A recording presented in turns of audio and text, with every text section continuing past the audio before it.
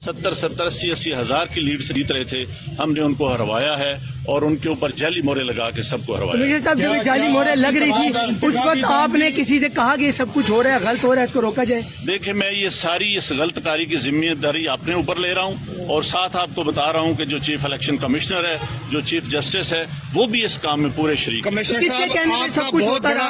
ये इतना सब कुछ जो हुआ आखिर किसके कहने पे होता रहा? आप क्यों प्रेशर देते? किसने ऐसा किया? मेरे ऊपर कोई दबाव नहीं है। मेरे बाप दादा भी अंग्रेजों के खिलाफ और सिखों के खिलाफ जंगें करते रहे हैं, लड़ते रहे हैं ये मुल्क बनाने के लिए। अब मैं इस मुल्क को तोड़ने का हिस्सा नहीं बन सकता। कमिश्नर साहब, आपने रावलपिंडी की बहुत बड़ी खिदमत की है। आपने बड़े बड़े मेगा प्रोजेक्ट में 24 घंटे काम किया है।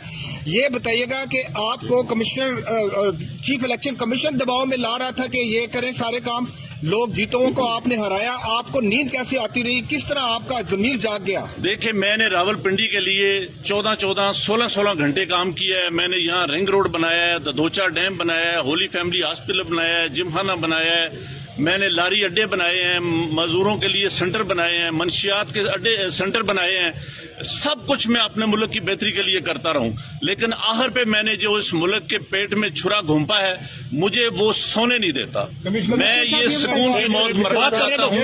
मैं जो मैंने जुल्म किया है, मुझे उसकी सजा मिलनी चाहिए और बाकी भी इस जुल्म में जो लोग शामिल हैं, पुलिस भी शामिल है? उनके नाम बताएंगे जो लोग आपके साथ यहाँ करते हैं?